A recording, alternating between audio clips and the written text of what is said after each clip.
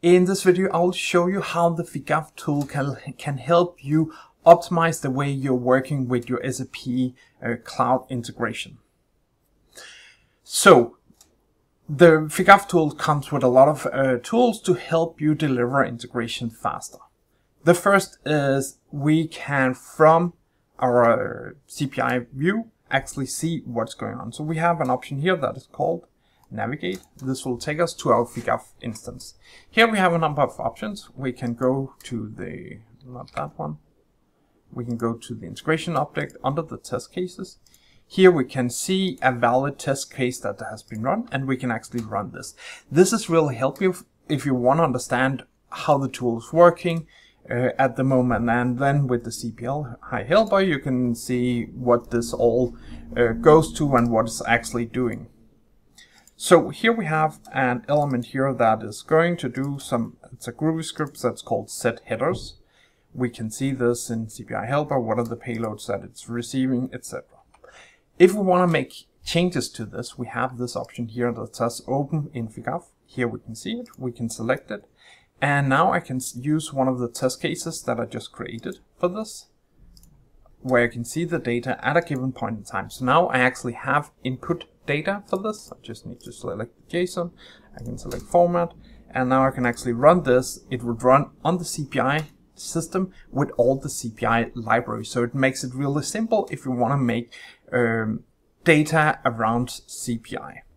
So we can obviously also open the bot and say I have this input, minimize payload,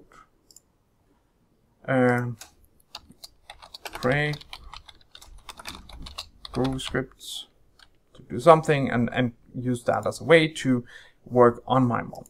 Let me just do a small change here. That's just a header parameter that we want to make changes here. If we just also change this payload here, we can run it. We can see that it has changed over here, and we can actually run compare, and we can see what was actually affected by this change. And this just makes it so much easier to work on such scenarios.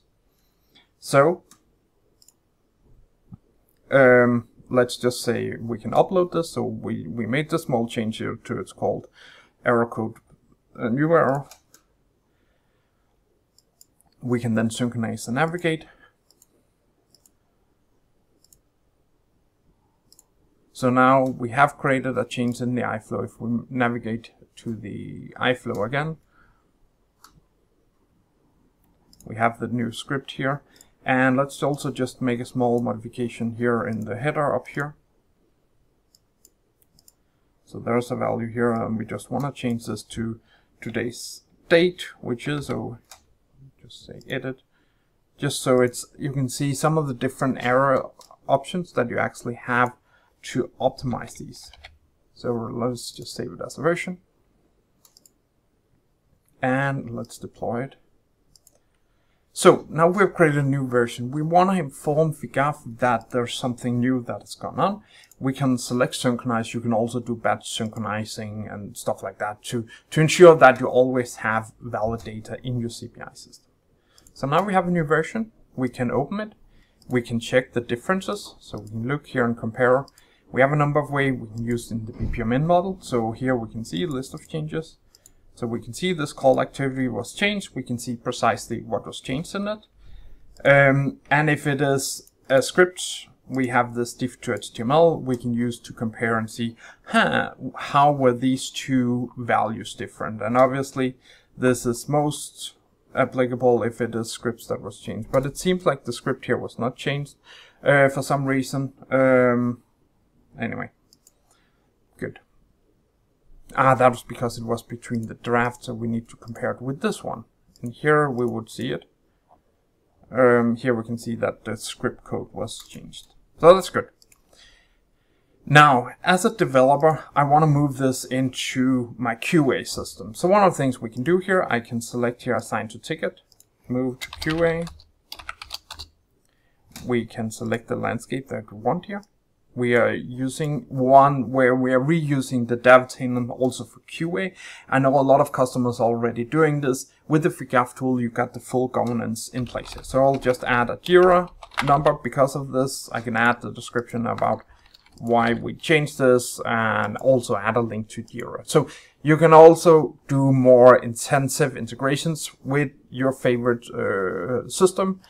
We can see here the artifacts. We can attach we can attach more objects. We can attach all dependent objects. So this is really important if you have script collections that depending on these. We can look at the test cases. So we can look at the test cases. So we created one test case right now. Let's use that one. And that means we would actually run this on our system. And here we can check the result here. View the results, so it would run in the same manner, but obviously we would expect some changes because we have changes part of the scenarios here. So it will take a little while for it to process because we need to download all of the data. And one of the things we do is when we are creating test cases and running them, we're just using the trace mode for this. So that means it's non-invasive. So we can see here there was a diff here. And this was that was actually changed here, and we can say that was correct. We can just go and ignore it. If we do the comparison again, we will see some of these turn green, but there's still one yellow here. If we look at that one, it is this good value. That was the last idea we set. One of the things we should obviously do is we should check all of these errors that occurs, why they're, and research them, just go around these ignoring. But then once we have satisfied it, we should update the test case. So now we have updated and said we want this as the expected output. So I can actually go in here and I can say, hey, new error is correct. Just press save. And there's a lot of things here. So we also have mocking of endpoints, etc. So now if I rerun it, we should get a successful run where everything is accepted. So let me just pause. So now we can see that the test was successful, and if we look at this, we can see we did not ignore these elements. So that means we have created a test case that is successful, and that enables us to document that this iflow is actually working. And that means next time someone is actually going to make modifications for this, they know that all of our iflows and test is correct. So now we have documented the change, we have documented our test cases, we can then start the transport. And here we can open the transport, and here we can actually see what's a part of this transport. I can check for all the configurations that apply. So we've added a new parameter that was not there earlier. We can define whether or not we want to use the old value or the new value, but let's just use the new value. And one of the things we can see when we press save here is that it just use this new value. We can, if we want to create something on a global level, we can open the landscape. So let's go back to the landscape here.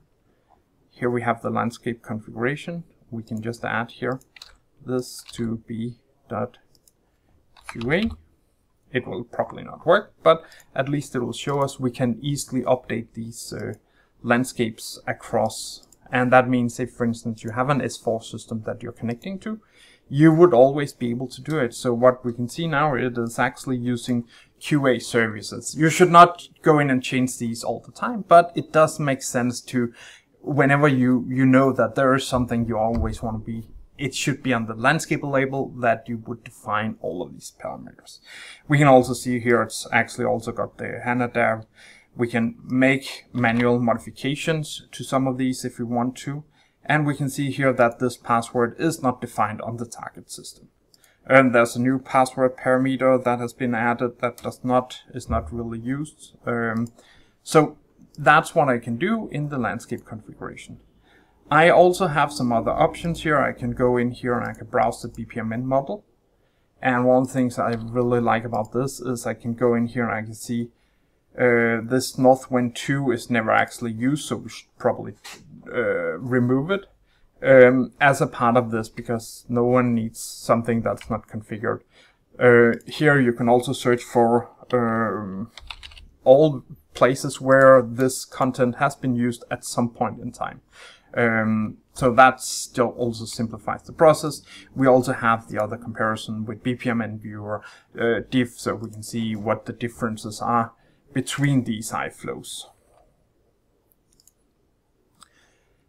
As a developer, my job is done. I can send it to approval, and obviously you can configure what should be approved, how do you want to deal with these approvals. And you should not be able to approve your own transport, but I can in this scenario because it makes the demo a little easier. I can say, as an approver, I have the option to check all of these. I can export all of the changes as all the parameters as an Excel report. I can go through and make modifications and check if it's correct. If it is, I just say approve, give a reason or reject it. And once it's approved, you can import it. You can also schedule the import if you want to import it at a specific point in time. So now it's being imported with this prefix that's called QA because we are in the QA landscape. And then it will synchronize it, document it, and that way you can see everything that is going on here. So that means if I'm going here, I'll just give it 2 seconds. So now we can see here we also have the QA system that has been imported. We can see that there's a ticket here. We can go here, and that means we from our target object can actually see what is going on here. If we want to see the object here, we can just go here to the object in the target system.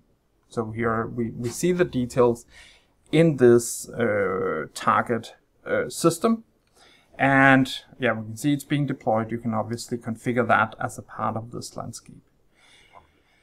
We also have the option to view. So once you want to move it to production, you can either from here create a new ticket and say create a ticket from QA to production, or you can go in here to the landscape overview and then you can go to get faster.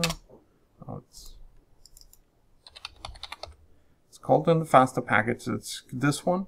We can see it is started, and we can see that there's actually different versions in the productive system. So that means we can actually just go here, we can create a new ticket with one or more artifacts, and then we can actually use this to move it into production. So we would actually group larger transport into production. So you do, and especially if you're doing projects, you just do delta changes into the QA environment. Once it's done there, you would move it into production. So now we've created a ticket. Here we don't have any approvals on. Obviously, you can define whatever you need for this target approval.